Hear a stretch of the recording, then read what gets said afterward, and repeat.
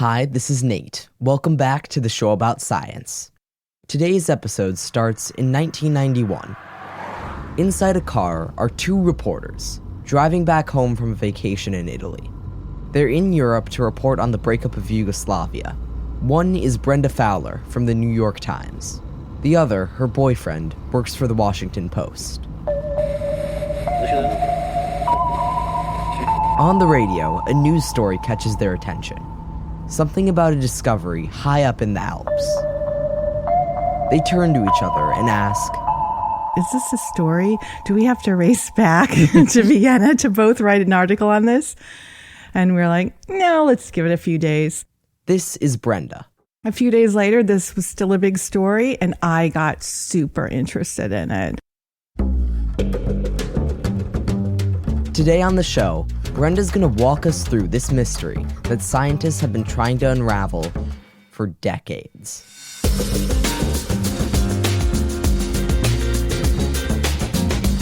All right, let's get into it. The story that Brenda became obsessed with begins in the Alps, on a mountain range called the Ötztal, located on the border between Austria and Italy. It's home to breathtaking peaks and valleys, with trails that offer spectacular views of nature. On one of these trails, a German couple, Helmut and Erika Simon, were hiking. Right along the top of a peak called Simmelauer Peak. It's a great place for hikers to go. The Simons decide to take a shortcut down from the peak, where they spot something poking out of the ice. Something unexpected. They noticed what looked like a doll. They thought, oh, someone had thrown a doll way up here? That's weird. But it wasn't a doll. It was a human corpse, frozen in ice, lying face down in the snow. The Simons were stunned. They were a little freaked out, Right. but they had heard of hikers being, caught in avalanches before, people being trapped in glaciers, falling into crevasses. They thought, oh my God, this is probably, a poor hiker like us who had an accident. Poor guy, who could this be? Maybe someone's relative is missing. We better go right away and report this. Not too far down the trail from where the Simons discovered the body was the Simmelauer Hut, a place where hikers, mountain explorers, and skiers gathered. Instead of investigating too much, they immediately went back to the little hut that was close by and started telling people there what they had found. Word spread like wildfire. News reports start to emerge, referring to him as the Iceman. But an Austrian journalist, looking for a catchy name, dubs him Ötzi, after the Ötztal mountain range where he was discovered. The name sticks. Back on the mountain, police begin to arrive at the scene. They're there to investigate and recover the body. There's lots of speculation about who Ötzi is. Maybe he's a dead hiker, or maybe a soldier who got stuck in the Alps. Maybe this person has been up here since World War II. Maybe it was a runaway from, the Nazi army. They were coming up with lots of different things. They were also noticing how well preserved Ötzi's body was. And that was unusual. This is a little grotesque, but normally if a hiker falls into a crevasse on a moving glacier, their body will be pretty much crushed, and they will be carried down the mountain in the ice, and their body gets kind of transformed into this waxy material, and then they literally melt out at the melting edge of the glacier way down low where it's warmer.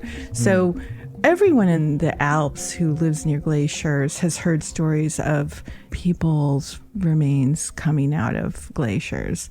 But this guy was at the very top of this mountain pass, and he wasn't in a moving glacier. He was in a little, almost think of it like a little pond of ice that was caught up there on a flat area. He wasn't in moving ice. So he didn't get crushed at all. He didn't get crushed. He was frozen in from the top of the shoulders all the way down to the feet.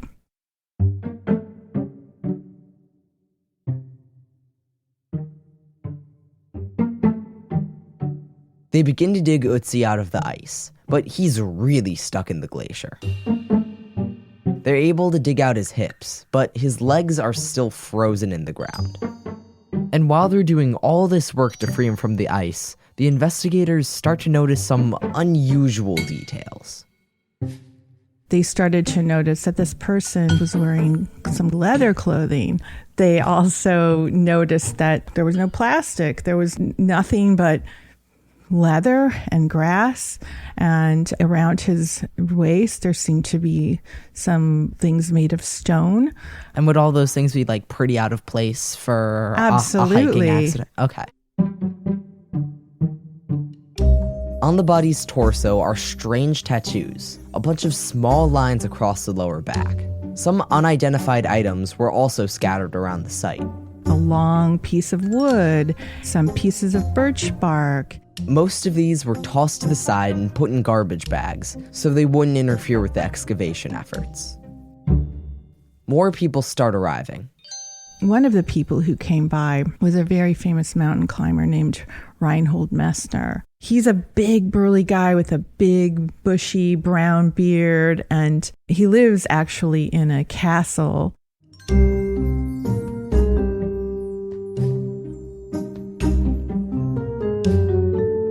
Messner is most famous for summiting Mount Everest without an oxygen mask, and he's considered potentially the greatest mountaineer of all time. His castle dates back to the Middle Ages and is not far from where Ötzi was discovered. And he just happened to be arriving at the Similone hut where the Simons had gone to report this discovery.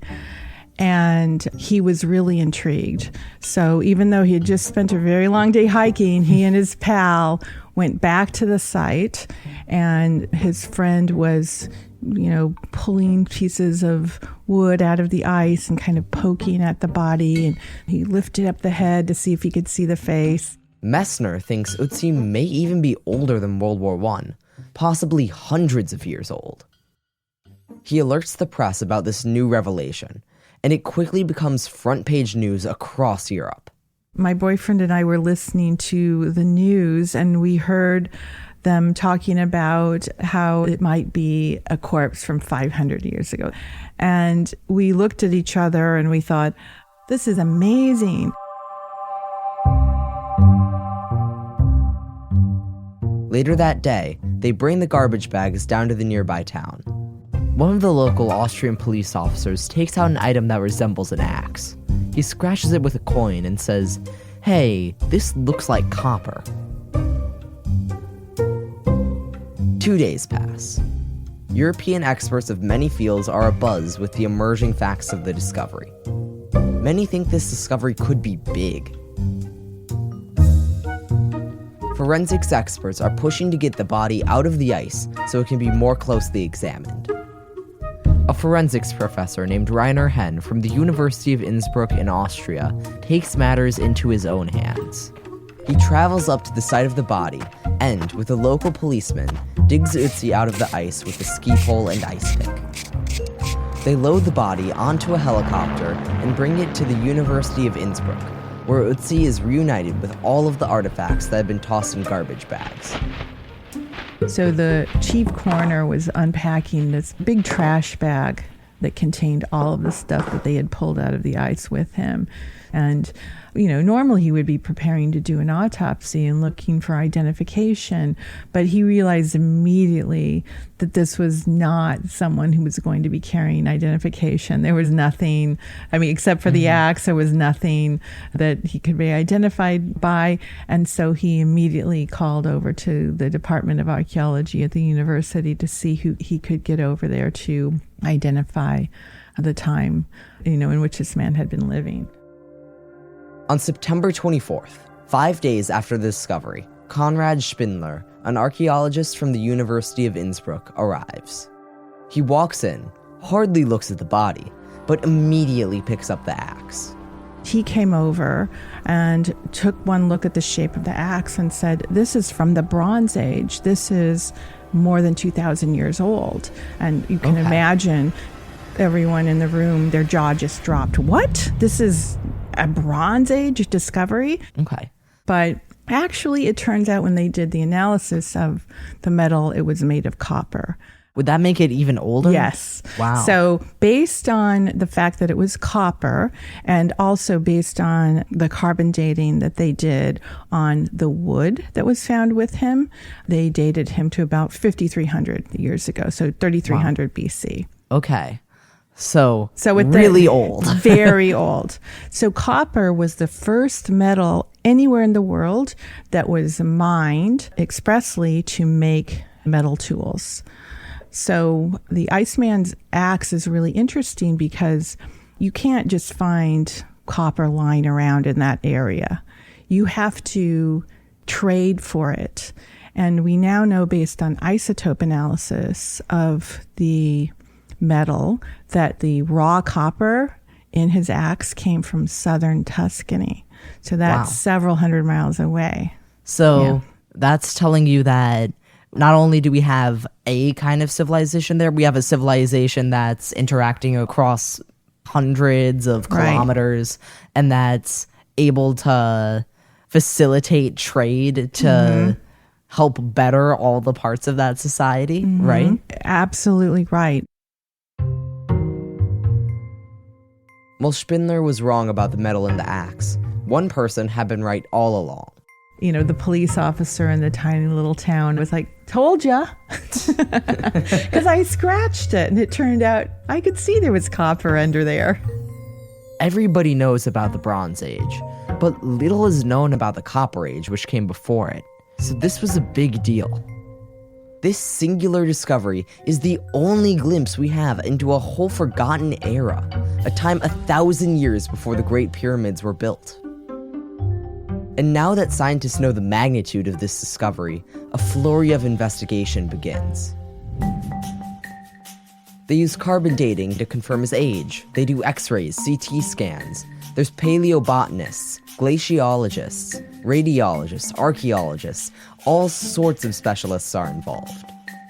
And after all of this inquiry, the prevailing theory about his death was that he had been in some sort of trouble, escaped into the mountains, and died. Probably because of the weather.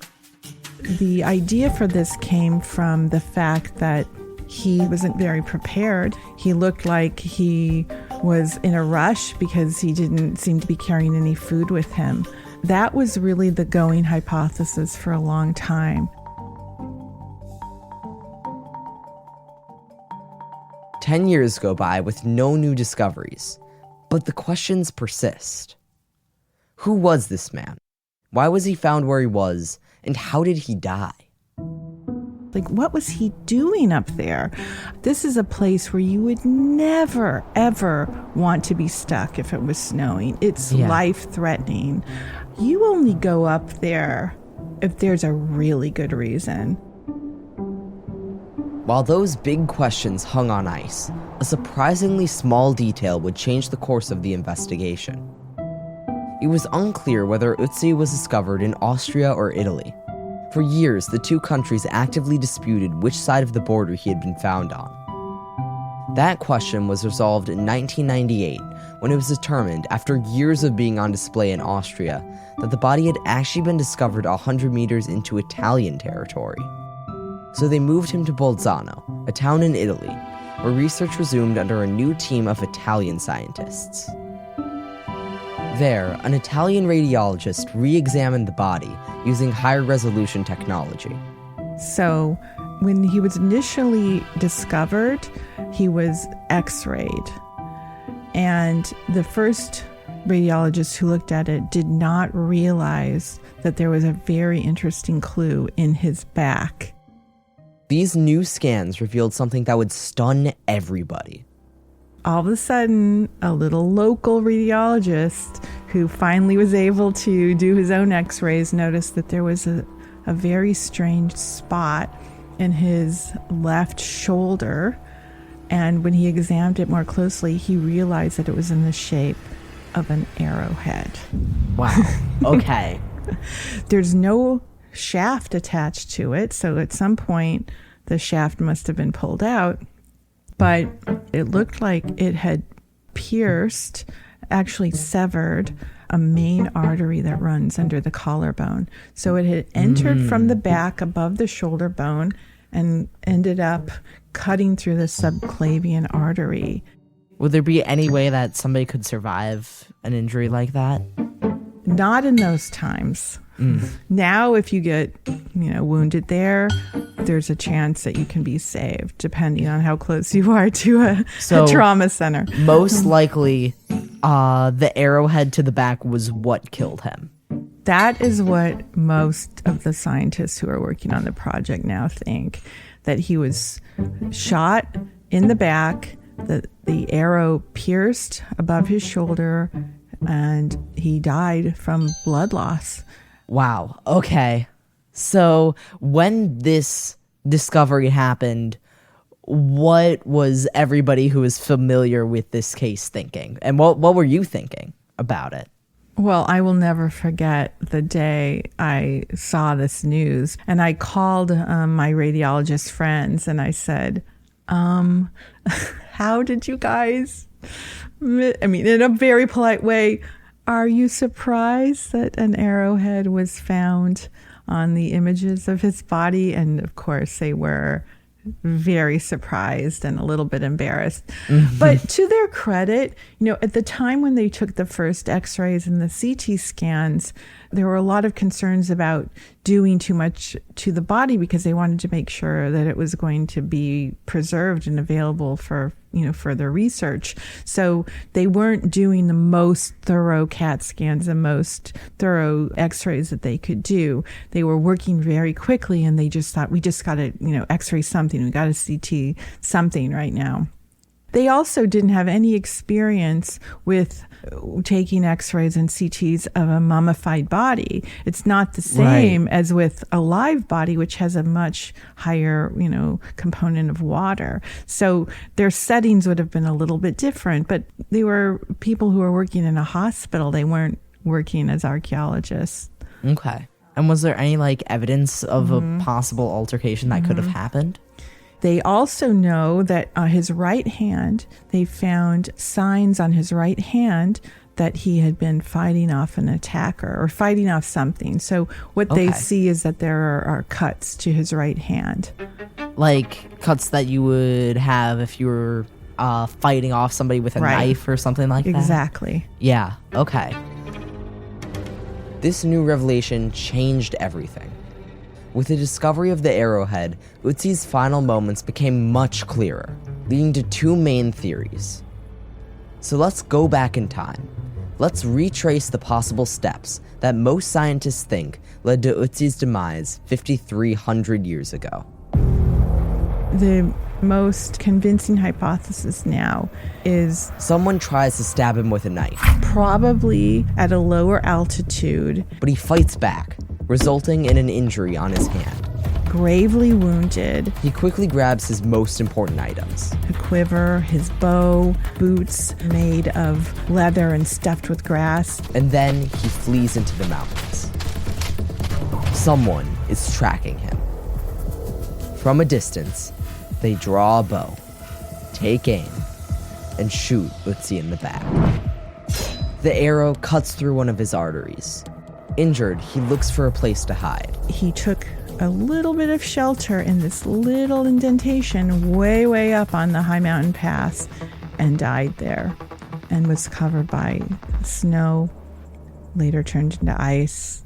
And then 5,000 years later, it melted and we had the Iceman. But this theory doesn't answer a crucial question. So why would he have chosen to escape if he were running away from some kind of fight in his native village? Why would he have stopped right there? Why would he have died there? Why wouldn't he have gone to a lower altitude and tried to take care of his wounds? This brings us to our second theory. And that is that we know that mountains are considered sacred in every culture. When people live in mountains, they really worship their mountains. And for some archaeologists, it's always been a little bit strange that somebody would have died right on this spot that was so high up. It's a place that you can literally kind of see from the bottom of the valley. So some people have always suggested that instead of him being a victim of an attack, that he was actually sacrificed on that spot, because these high mountain areas are so spiritually important to cultures. And when you drive through the Alps or any mountain area, you'll notice that people put monuments, crosses, flags on the mountaintops all around the world. And certain of them have really deep spiritual meaning, and meaning that goes back literally thousands of years.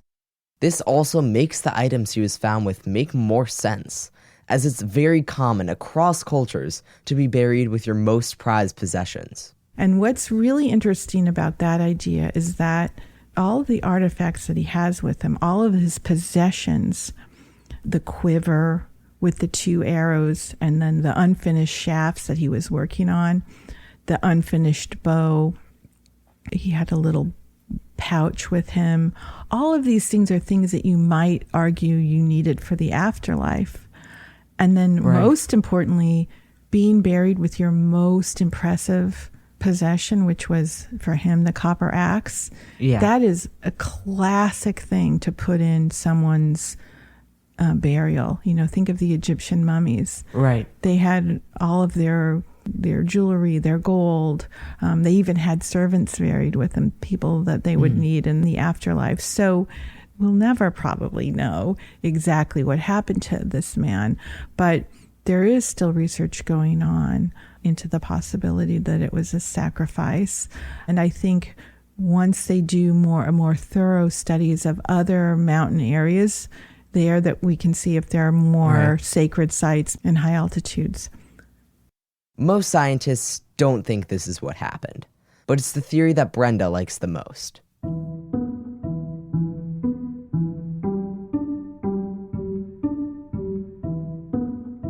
So the research into this man's life continues, and we may never know the full story. This find is still absolutely unique. It's just a really moving story of somebody who, for some reason, came to a sad end, but he's helped us learn so much about what was happening in that area 5,000 years ago. What we do know is that the Iceman is still on display in a museum in Italy. We've learned so much from Ötzi, and yet there's still so much that remains a mystery. But if you go to his museum, like over 250,000 people do each year, you can peer into his eyes and ponder, what really happened to you?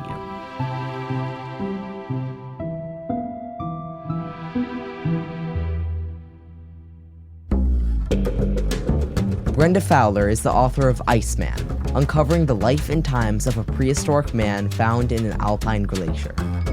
Thank you so much, Brenda. This episode would not have been possible without your diligent reporting and dedication to Ötzi's story. A link to her book can be found in the description. And thank you so much to Jason Paris for your initial editing notes and for all your encouragement along the way. This episode would not have been possible without you. Music on today's episode comes from Blue Dot Sessions, Epidemic Sound, and the mysterious Breakmaster Cylinder. All right, Dad, you can shut the recording off.